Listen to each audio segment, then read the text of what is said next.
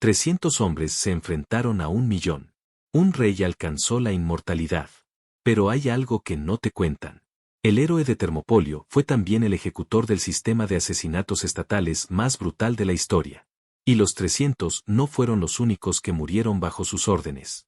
Cada año, Leónidas supervisaba el asesinato ritual de miles de personas inocentes. No persas, sino la propia población esclavizada de Grecia. Se suponía que la supervivencia misma de la civilización occidental recaía sobre los hombros de este hombre. Pero ¿qué pasaría si el remedio fuera peor que la enfermedad? Al final de este video, comprenderás por qué el verdadero Leónidas fue a la vez el mayor héroe de Grecia y su monstruo más eficiente. Descubrirás el horripilante entrenamiento que creó a los 300 niños obligados a matar para alimentarse. ¿Por qué Leónidas prefirió la muerte a la retirada táctica y quien pagó realmente el precio, así como el genocidio sistemático que impuso, que hace que la barbarie persa parezca civilizada? ¿Crees conocer esta historia, el noble rey, las probabilidades imposibles, el sacrificio supremo? Pero oculta bajo el bronce y la leyenda yace una imposibilidad matemática que destroza el mito, 300 contra 1.000.000. Sin embargo, las cifras reales cuentan una historia diferente. He aquí la oscura realidad matemática que nadie menciona: 7 hilotas asesinados por cada ciudadano espartano cada año.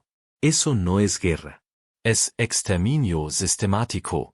3 misterios acechan la verdadera Termopolia. ¿Qué ocurrió con la rebelión de los hilotas del 490 AC que Leónidas aplastó? ¿Por qué un genio táctico eligió una muerte segura cuando la retirada era posible? ¿Y qué fue el programa secreto de asesinatos del que el propio Leónidas sobrevivió y que más tarde dirigió?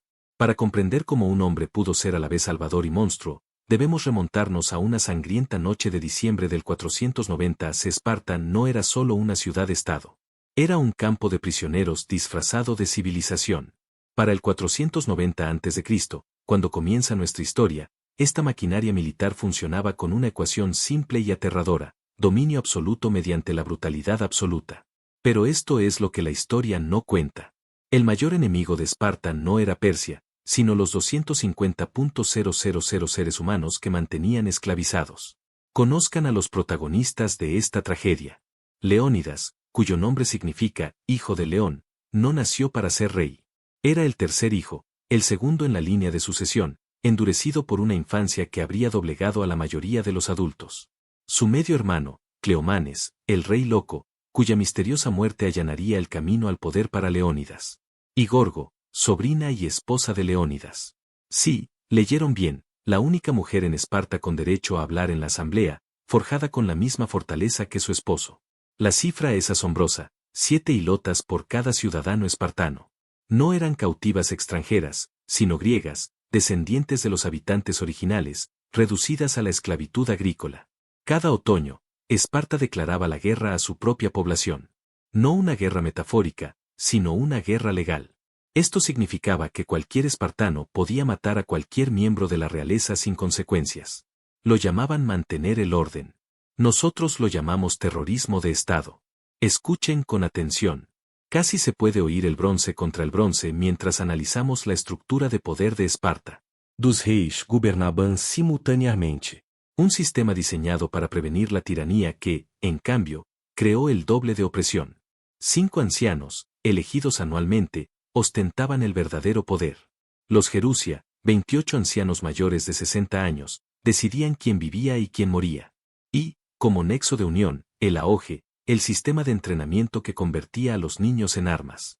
Pero Leónidas tenía una ventaja que Jerjes no podía imaginar: había sobrevivido al entrenamiento militar más brutal de la historia. A los 7 años, el Estado lo había arrebatado de los brazos de su madre. Lo que le devolvieron 23 años después ya no era humano. ¿Pero cómo se convierte un príncipe en un monstruo? Todo comenzó cuando Leónidas tenía 7 años. El Aoge no creaba soldados, fabricaba asesinos. Cuando Leónidas, de 7 años, fue arrancado de los brazos de su madre en el 520 a.C., entró en un sistema diseñado para destruir todo lo débil, todo lo compasivo, todo lo humano. Aquí es donde la historia se torna verdaderamente oscura. Los muchachos dormían desnudos sobre cañaverales que ellos mismos recogían. La comida era deliberada mantascasa, obligandulus a robar o morir de hambre. El castigo por el robo no era por robar, sino por ser atrapado. Cuenta la leyenda que un muchacho prefirió que un zorro robado le atravesara el estómago antes que confesar su crimen. A esto lo llamaban educación. Los psicólogos modernos tienen otro término, tortura sistemática. Pero esperen, que la cosa empeora. A los 12 años, cada muchacho recibía un mentor, un guerrero adulto que moldearía su desarrollo. La naturaleza de estas relaciones, digamos que el enfoque pedagógico de Esparta horrorizaría a cualquier sociedad civilizada. Luego llegaba la selección de los Cripier a los 18 años. Los asesinos más prometedores eran enviados al campo con dagas y una sola orden, matar hilotas. A cualquier hilota. Se otorgaban puntos extra a los más fuertes, a aquellos que pudieran liderar rebeliones. Leonidas Sobresalio. Sus instructores notaron su particular eficiencia, su capacidad para desconectarse del acto. Cuando regresó de su año de servicio con 17 bajas confirmadas, por encima del promedio, supieron que habían creado algo especial, algo monstruoso. Entonces sucedió algo que desafió toda lógica militar. En el 490 a.C., el rey Cleomes, hermanastro de Leónidas, murió en circunstancias misteriosas. Fue hallado en prisión, supuestamente por suicidio, aunque la herida sugería lo contrario. Leónidas, el tercer hijo, quien nunca debió haber reinado, ascendió repentinamente al trono de la Agiada. Su primer acto fue intensificar el programa AOG. Su razonamiento: Persia se fortalece. Esparta debe fortalecerse aún más. La selección de los 300 comenzó años antes de la Termópoli. Leónidas no quería a los mejores guerreros. Quería hombres con hijos vivos, hombres cuya estirpe perdurara. Pero, a la vista de todos, se ocultaba una verdad aún más impactante. Cada espartano aportaría 7 hombres como refuerzo. Eso significa 2100 seres humanos esclavizados marchando hacia una muerte segura. Sus nombres borrados de todo registro. Esta es la parte que cortaron de la película. La transformación física. A los 30 años, el cuerpo de un guerrero espartano contaba la historia del auge. Las cicatrices cubrían aproximadamente el 40% de su piel. Huesos deliberadamente rotos y recolocados creaban estructuras óseas más densas. Su tolerancia al dolor superaba los límites humanos normales. El propio Leónidas lucía una cicatriz distintiva desde la ceja derecha hasta la mandíbula izquierda, un accidente de entrenamiento que casi le costó un ojo. La amenaza persa había ido en aumento desde la derrota de Darío en Maratón. Cuando Jerjes heredó el trono, heredó la humillación de su padre y su sed de venganza. Hacia el 481 a.C., llegaron noticias a Esparta. El ejército más grande de la historia se estaba movilizando. 2 millones de hombres, decían, la tierra temblaba bajo su marcha. Los arqueólogos modernos encontraron algo que lo cambia todo, depósitos de armas datados en el 481 a.C., ocultos por todo el territorio espartano. Leónidas no se preparaba para la defensa. Se preparaba para algo completamente distinto. El oráculo de Delelfi había susurrado una profecía: o Esparta caería o un rey espartano moriría. Leónidas ya había tomado su decisión. Cuando la tierra tembló bajo el peso de 2 millones de pies persas, Leónidas ya había decidido quién viviría y quién moriría. Amanecer de agosto de 480 a.C. La marcha a las Termópolis comenzó con una mentira. Leónidas les dijo a los Fors que lideraba una guardia sagrada hacia la fiesta de Cara. En realidad, conducía a 300 espartanos y 2100 hilotas hacia una muerte segura. Pero Leónidas sonrió porque sabía algo que los Eors ignoraban. El primer día se recorrieron 70 millas. Los espartanos cantaban pans, himnos de guerra que resonaban en las laderas de las montañas. Detrás de ellos, silenciosas y cargadas como animales de carga, las hilotas llevaban el verdadero peso: escudos de repuesto, lanzas nuevas, comida para guerreros que las consideraban equipo prescindible. El suelo literalmente cambió de color por el polvo que levantaban a su paso. Pero esto fue lo que realmente sucedió. Otros 6700 griegos se unieron a ellos: tespios, tebanos, corintios, arcadios. La historia olvidó sus nombres porque Esparta escribió la historia. No eran simples aliados. Eran testigos que Leónidas debía eliminar. La lógica era simple: los muertos no hablan. Las puertas calientes debían su nombre a las aguas sulfurosas que emanaban del inframundo. El paso, en su punto más estrecho, tenía 15 metros de ancho, suficiente para quizás 8 hombres hombro con hombro. Montañas se alzaban a un lado, acantilados caían al mar al otro. Leónidas caminaba por el terreno como quien elige su propia tumba. Perfecto, dijo. Su capitán preguntó, ¿para la defensa? Leónidas no respondió. Entonces llegó el sonido que ningún soldado olvida. Exploradores persas, caballería ligera buscando debilidades. Los espartanos no formaron filas. En cambio, ejercitaron desnudos, peinándose sus largas cabelleras. La guerra psicológica había comenzado. Un explorador capturado, llevado ante Leónidas, fue liberado con un mensaje: díganle a Jerjes que los hijos de Heracles esperan. Los científicos ahora saben lo que realmente sucedió durante esas primeras negociaciones. Jerjes envió emisarios ofreciendo condiciones. Rindens. Conservad vuestras tierras. Haceos amigos del imperio persa. Razonable desde cualquier punto de vista. La respuesta de Leónidas hizo que los mensajeros presenciaran la ejecución, por parte de los espartanos, de un grupo de hilotas por cobardía, una demostración de la justicia espartana.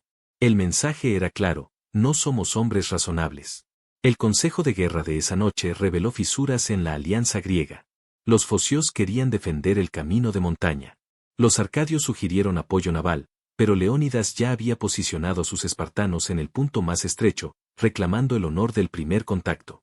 Lo que siguió desafió todas las reglas de la guerra antigua, ordenó abandonar las posiciones defensivas y adoptar una postura agresiva. Sin que los demás griegos lo supieran, Leónidas había recibido información sobre el camino de Anopa, que cruzaba las montañas.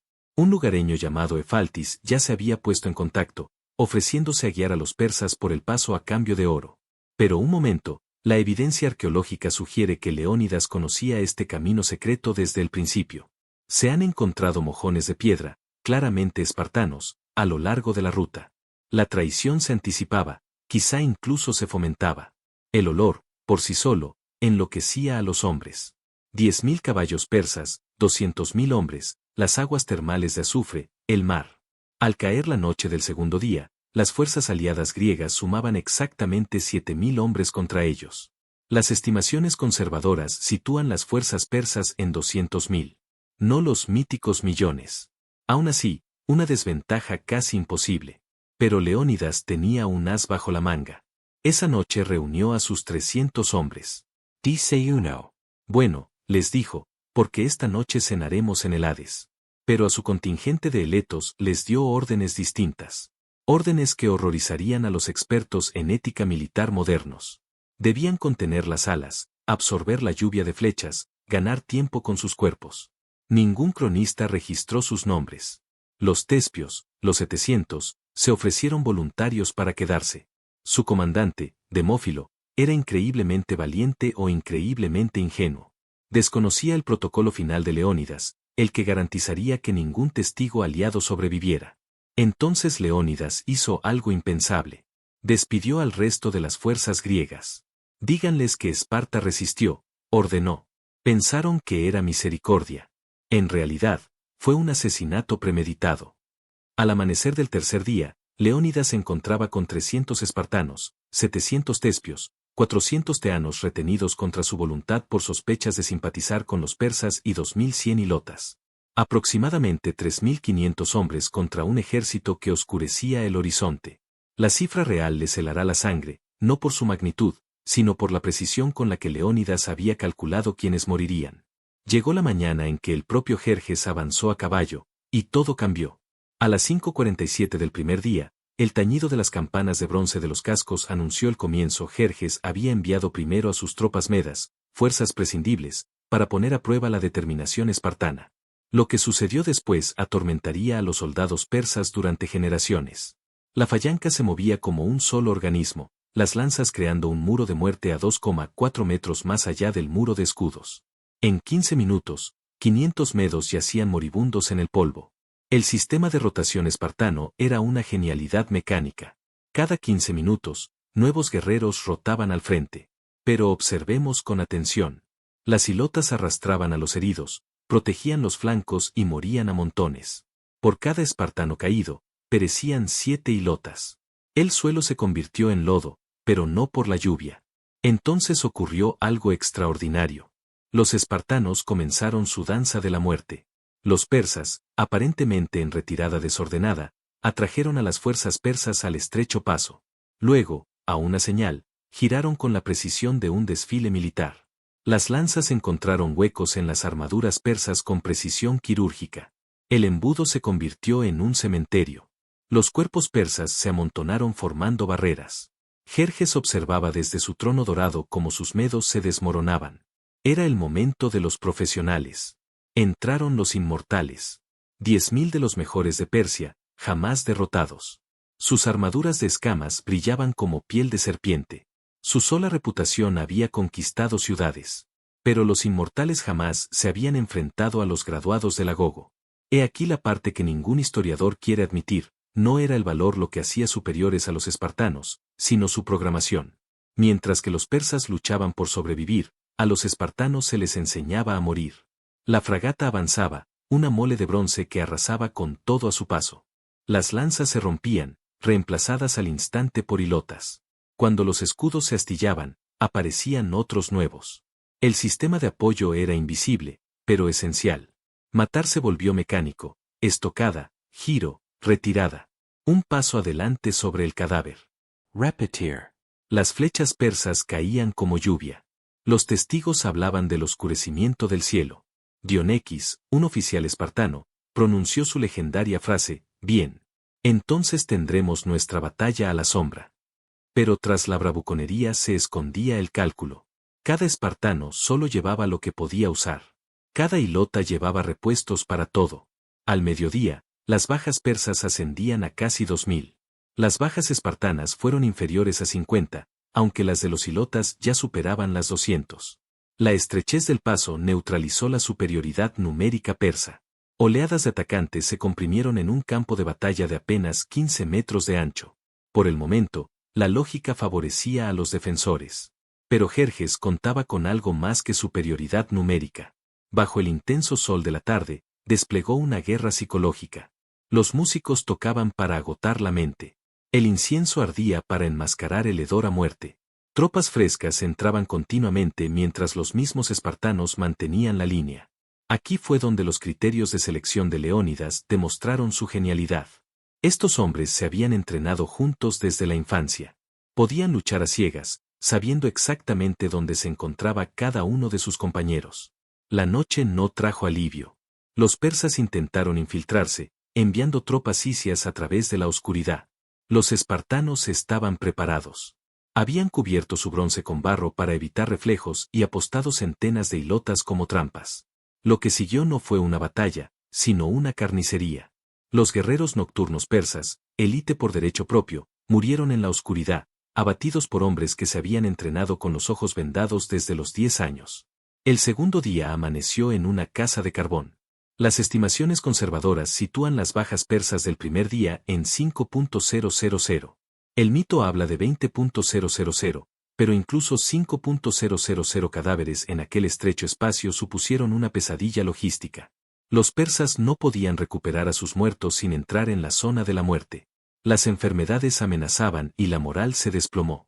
Jerjes desplegó sus fuerzas de reserva: guerreros sacas, caballería bactriana, inútil en el paso, e infantería de marina etíope. Pero entonces surgió la primera grieta en la invencibilidad espartana. El propio hermano de Leónidas, Dorieras, recibió una flecha que le atravesó la visera del casco. Al caer, Leónidas no mostró emoción alguna. El agoge había erradicado esa debilidad. Pero los demás griegos vieron algo que lo cambió todo: los espartanos podían morir. Los combates del segundo día alcanzaron niveles de salvajismo sin precedentes. Los persas adoptaron tácticas espartanas, empujando con escudos, intentando comprimir aún más el campo de batalla. Por primera vez, las falanges cedieron. Alfus y Marón, hijos de la misma familia espartana, murieron con minutos de diferencia. Los tespios, luchando a su lado, comenzaron a comprender la magnitud del daño. A este ritmo, les quedaban horas, no días. Entonces llegó la jugada maestra de Jerjes. Ofreció una tregua al mediodía, supuestamente para recoger a los muertos. Durante esta pausa, le mostró algo a Leónidas: exploradores griegos capturados, hombres que descubrieron a las fuerzas persas moviéndose por el sendero de la montaña. La traición era total. Efialis había vendido el paso por 30 talantes de oro. Escuchen lo que sucedió después, porque desafía toda lógica militar. Cualquier comandante competente se habría retirado, habría salvado al ejército y habría luchado otro día. Leónidas tenía horas antes del cerco. El paso podía abandonarse. Se podiam salvar vidas. En cambio, sonrió. Esa fría expresión reptiliana que el agoge había perfeccionado. Continuen. Ordino. Los combates de la tarde alcanzaron cotas de violencia extrema. Los persas lo lanzaron todo. Flechas de fuego atacando en oleadas diseñadas para agotar a las unidades de élite, mezcladas con carne de cañón para confundir a los objetivos. La respuesta espartana fue una técnica llamada oismos, un empuje masivo diseñado para usar el peso del field tank como arma. Los hombres en la retaguardia empujaban literalmente a los de adelante, creando una presión que aplastaba las formaciones persas. Pero el costo fue alto. Proclas, el vencedor olímpico espartano, cayó con 17 heridas. Eurytus, a pesar de estar casi ciego por una infección ocular, exigió ser conducido a la línea de frente. Murió en minutos, pero se llevó consigo a 6 persas. Estas no fueron solo bajas. Fueron la pérdida de una experiencia irreemplazable. Al caer la tarde del segundo día, se reunió un consejo de guerra. El contingente de Focia, que custodiaba el camino de montaña, informó del movimiento persa. El cerco era posible en unas 6 horas. Era el momento decisivo, huir o morir. El comandante Tespio, Demófilo, habló primero: estamos con Esparta. Palabras nobles que firmaron 700 sentencias de muerte, pero la respuesta de Leónidas reveló al monstruo que se escondía tras el héroe. Despimó a los contingentes aliados, a todos excepto los teseos que se habían ofrecido como voluntarios y a los teanos de los que sospechaba simpatizaba con Persia. A su capitán le dio órdenes escalofriantes: cuando llegue el cerco, asegúrate de que nadie escape. Nadie, entendió el capitán. No se trataba de gloria, sino de controlar el curso de la historia. Esa noche, Leónidas preparó su jugada final. Reunió a los 300, ahora reducidos a quizás 250 efectivos. Su discurso, registrado por la única superviviente espartana, no trataba de la libertad ni de Grecia, sino de la inmortalidad a través de la muerte, de trascender la condición humana. Pero a las 1800 hilotas supervivientes les dio órdenes distintas: defiendan las alas a toda costa, absorban las flechas, ganen tiempo con sus cuerpos. El amanecer llegó con trompetas persas que resonaron desde 3 direcciones. Los inmortales habían rodeado las montañas. El grueso de la fuerza presionaba el frente. Elementos navales amenazaban el flanco. El cerco era total. Lo que siguió no fue una última resistencia. Fue un suicidio colectivo orquestado, diseñado para crear una leyenda. Los espartanos abandonaron la muralla, luchando a campo abierto para matar a más antes de morir. Pero esto es lo que no te cuentan. Cuando la batalla se tornó desesperada, Leónidas ordenó algo impensable. Las hilotas, que habían servido con tanta fidelidad, debían ser las primeras en morir, no a manos de los persas, sino de los espartanos. Sin testigos, sin esclavos que regresaran para contar lo que habían visto. Los teanos, intentando rendirse, fueron masacrados por sus supuestos aliados. La fase final se convirtió en leyenda. Leónidas cayó pronto, y su cuerpo se convirtió en un símbolo. Persas y espartanos lucharon literalmente sobre su cadáver.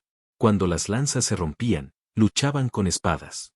Cuando las espadas se rompían con manos y dientes, Dians, el ingenioso, murió lanzando chistes mordaces. El último grupo resistió en una pequeña colina, ahora marcada por un monumento con un león. Pero el final no llegó con espadas, sino con flechas. Jerjes, quizás horrorizado por las bajas.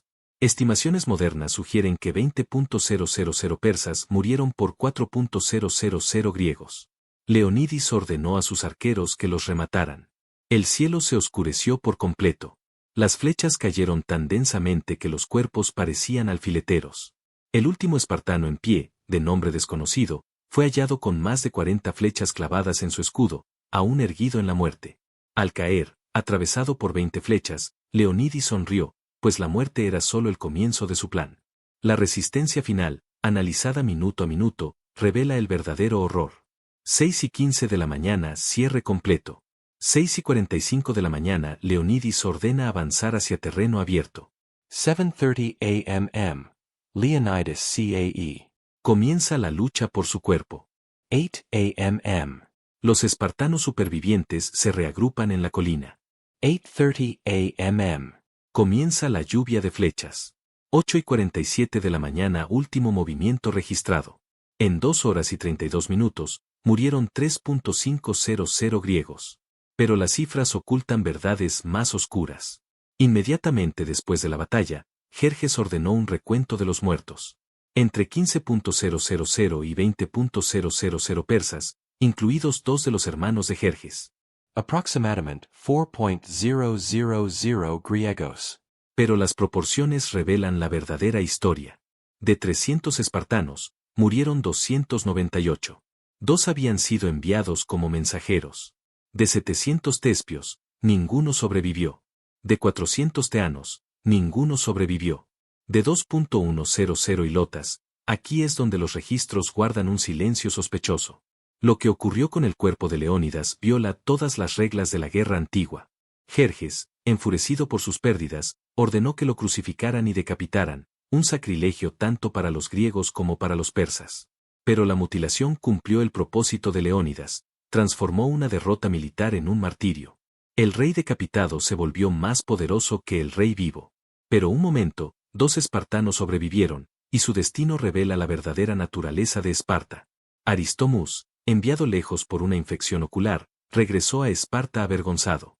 A pesar de luchar heroicamente un año después en Platea, buscando la muerte en batalla, nunca fue perdonado.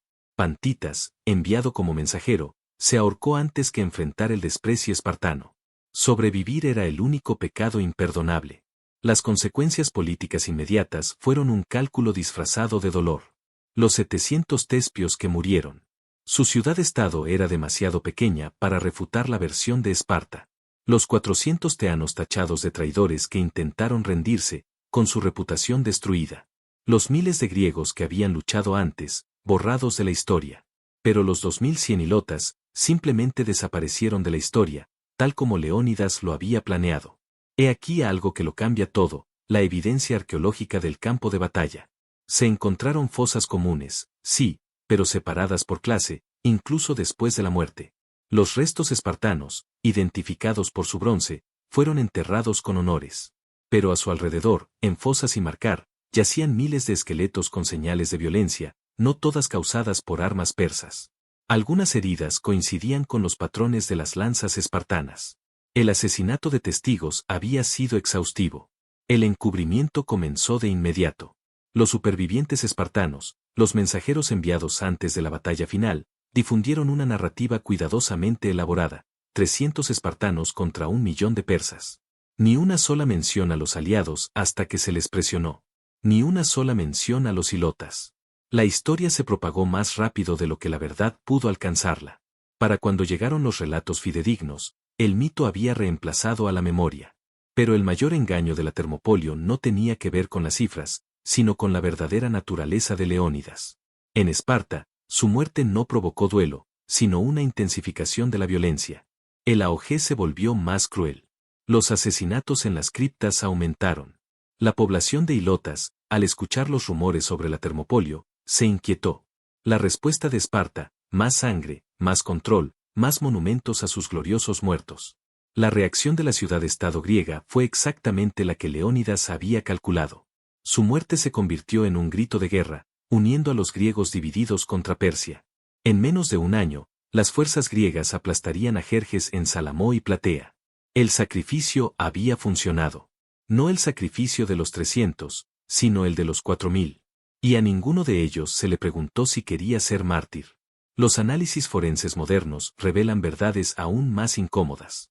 El análisis óseo muestra desnutrición en los restos de los hilotas. Hombres que marcharon a la guerra ya debilitados por la inanición deliberada. Los patrones de distribución de armas sugieren que los hilotas fueron colocados específicamente para absorber el fuego de proyectiles. No eran tropas auxiliares. Eran escudos humanos, y la arqueología lo demuestra. Entonces sucedió algo que Esparta no pudo controlar. Los veteranos hablaron. No espartanos, sino aliados que habían sido licenciados antes del último día. Hablaron de las extrañas órdenes de Leónidas, de los hilotas arreados como ganado, de la traición tebana que parecía más un asesinato. Pero estas voces fueron ahogadas por el estruendo de la maquinaria propagandística espartana. La transformación fue completa. Una derrota táctica se convirtió en victoria estratégica. Un rey que prefirió la muerte a una vergonzosa supervivencia se convirtió en el modelo de virtud militar occidental. Y 2100 esclavos asesinados, se convirtieron en nada. Ni siquiera en una nota al pie. Tal como lo había planeado Leónidas cuando sonrió entre las 20 flechas. Pero el mayor engaño de la Termópoli no tuvo que ver con las cifras, sino con la verdadera naturaleza de Leónidas. El proceso de mitificación comenzó antes de que se secara la sangre. En una generación, 7000 defensores se convirtieron en 300.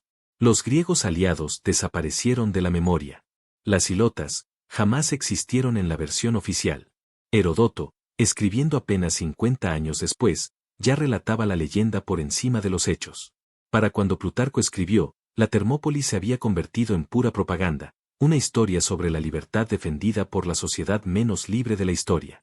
Pero Leónidas había encarnado a la perfección los valores espartanos.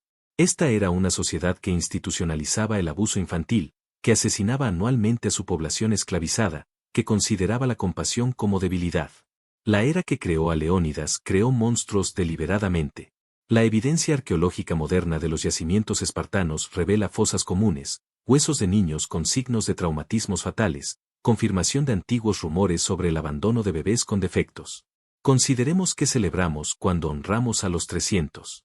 No eran luchadores por la libertad. Eran el brazo ejecutor de un estado totalitario. Esparta carecía de arte, filosofía y cultura más allá de la guerra. Mientras Atenas construía el Patónon, Esparta solo forjaba soldados. Mientras Sócrates cuestionaba, los espartanos solo obedecían. Los defensores de la civilización occidental representaban su camino más oscuro. La Criptia, de la que Leónidas había sobrevivido y que comandó, merece una atención especial. Cada año, Esparta declaraba la guerra a su población hilota, no una guerra metafórica, sino una autorización legal para el asesinato. Los jóvenes espartanos cazaban seres humanos por deporte, apuntando a los más fuertes, los más inteligentes, a cualquiera que pudiera liderar la resistencia. Las estimaciones conservadoras sugieren 2000 muertes anuales. Durante los siglos de dominio de Esparta, hablamos de asesinatos sistemáticos que rozaban el genocidio. He aquí la ironía histórica. El brutal sistema espartano acabó por destruirla. En el 371 a.C., apenas un siglo después de las Termópilas, el dominio militar espartano se quebró para siempre en Ra. ¿Por qué? Habían asesinado a demasiados de los suyos. La población ciudadana espartana se había reducido a niveles insostenibles. Las hilotas, a las que habían aterrorizado durante siglos, finalmente se liberaron. La ciudad que vivía por la lanza, literalmente, murió por ella. Pero el mito sobrevivió a la realidad. Los romanos admiraban la disciplina espartana. Los pensadores del Renacimiento elogiaron su sacrificio. Los militares modernos estudian las Termópilas como una heroica última resistencia. Las películas glorifican a los 300, olvidando a los 6700, especialmente a los 2100 esclavos que murieron en el anonimato. Hemos transformado a los ejecutores de una sociedad esclavista en defensores de la libertad. Hazte esta pregunta. Si Leónidas regresara hoy, ¿qué reconocería? No la democracia, que Esparta despreciaba. No la libertad individual, que Esparta aplastaba. No la misericordia, que Esparta consideraba debilidad. Reconocería únicamente la voluntad de sacrificar a los más débiles por causas mayores. Reconocería a los fuertes aplastando a los débiles y llamándolo virtud. La verdadera lección de las Termópilas no trata sobre el coraje ni el sacrificio. Trata sobre cómo la historia la escriben los supervivientes. Cómo la propaganda se convierte en verdad. Cómo confundimos la brutalidad con la fuerza. 300 hombres se alzaron contra un imperio, pero sobre los huesos de miles más. Ahora conoces la verdad. El hijo del león era exactamente lo que Esparta lo convirtió en él, un asesino perfecto que murió a la perfección, asegurando el silencio de su víctima. Algunos monstruos se visten con pieles de león. Algunos monstruos se convierten en héroes. Y a veces, 2500 años no bastan para lavar la sangre. 300 espartanos y 20.000 muertos olvidados. Esa es la verdadera matemática de las Termópilas. Ese es el verdadero legado de Leónidas. Ricoeur de l'Eau.